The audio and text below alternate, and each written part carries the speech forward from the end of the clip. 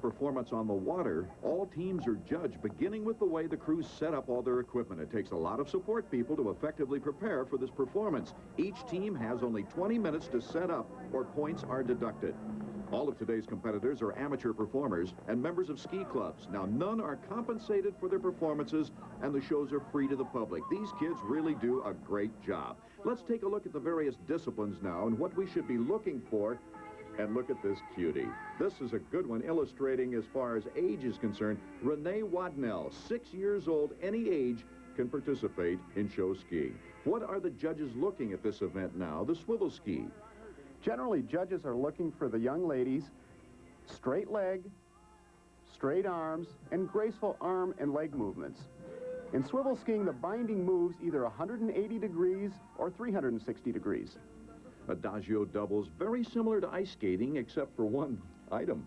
Well, that one difference, Art, is the skiers are being pulled along by a harness attached to a rope, attached to a release in the boat. And they use what's called a cadence or count, such as 1, 2, 3 to start and conclude each maneuver. The difficulty factor then is increased in ballet. Now, unlike the swivel ski, ballet skis are rigid and flat. And of course, the binding doesn't move. It's always choreographed to music, and a line of female skiers will use arm and leg movements. The more the numbers, the better the points.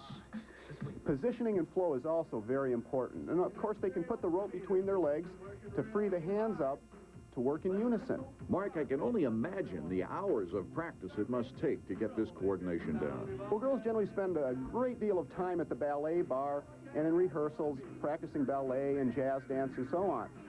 The numbers are important as well. The more numbers on the water, that's what the judges are looking for, as well as the quality of the performance.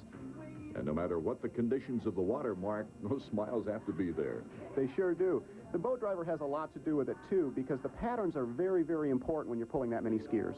Now, the word show in show skiing is a key item, because entertainment is part of show skiing, a big part of show skiing, really, and comedy is a big part of the show. That's right, and the spectator appeal portion of it is really the key ingredient for the comedy. Not only humans being used in the comedy acts, but we've got an animal act here. We're going to see skiers upside down, right side up, whatever it takes to get that crowd reaction. And sometimes people will go to any risk. They'll abuse the body for a laugh or two. And at 35 miles an hour, that isn't a great deal of fun to the skier. But he comes up smiling. He knows he's got to put that smile on. Barefooting, always a fan pleasure, and these guys are just zipping over that water. Well, if you can imagine somebody skimming across the top of the water at between 40 and 45 miles an hour on nothing but the bare soles of his feet, sometimes that can be a little bit painful. Once again, we see difficulty factor here in the number of skiers being pulled, and I'm sure it's a total effect that the judges are looking for, as well as the individual performance. Well, total numbers, if you execute properly, also add to the overall score. Look at the slickness of that water. Does that have a variance on how the feet feel? It sure does. A skier can literally receive first and second degree burns under the right conditions. Barefooting started about 30 years ago in Florida when Dick Pope first stepped off a slalom ski, and now we're going to see all sorts of different starts. Team jumping. In three-event competition, greater distance means glory, but that's not exactly the case in show skiing, Mark. No, the key elements are degree of difficulty and proper execution of each single maneuver. Now, the skiers are going to have to maintain their body positions and the distance from one another up the ramp, over, and into their landings. Now, they're traveling at about 35 miles an hour, so each skier must be able to perform his trick proficiently in the spot that he is in prior to going out as a team. No wonder they wear helmets on helicopter moves like that coming down in between skiers. Well, they literally zigzag underneath the skiers sometimes when they're going off the top of the jump. From big skis to little skis. Shoe skiing is very, very tricky. The skis are only 14 inches long, 8 inches wide. To no skis at all. The jump sometimes is used to just simply jump off. And these are called flying dock starts, literally dragging through the water. Now pyramids. They come in several different sizes and shapes, but essentially we've got a foundation of strength for the delicate balance up above.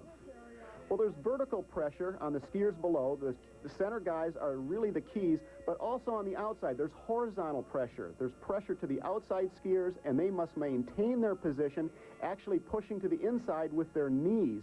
And how relaxed they look with those beautiful smiles up some 15 to 20 feet in the air. The key element is teamwork. Going up and coming down are equally as difficult. What about boat speed? Is that an essential factor? Well, it really depends on the size of the pyramid. The larger the pyramid, you're going to need a little bit more power. You're also going to need a little bit more speed to keep the pyramid up. And showmanship once again enters into the judges' factor. It sure does. The smiles are very important, but also the girls' legs must be locked. Each team now has only 10 minutes to tear down and make sure that all of their equipment is clear for the next team to begin their setup. Or, of course, points would be deducted. Now, it must feel kind of anticlimactic after a great performance to have to tear down everything in a certain period of time, Mark. Well, it's very important that the whole group participates. Now, there's actually a dock and equipment personnel group that will pick up, clean up, and they're actually judged on that. We'll be back to Wisconsin Rapids and Lake Wazeecha with more of the Show Ski Nationals right after this.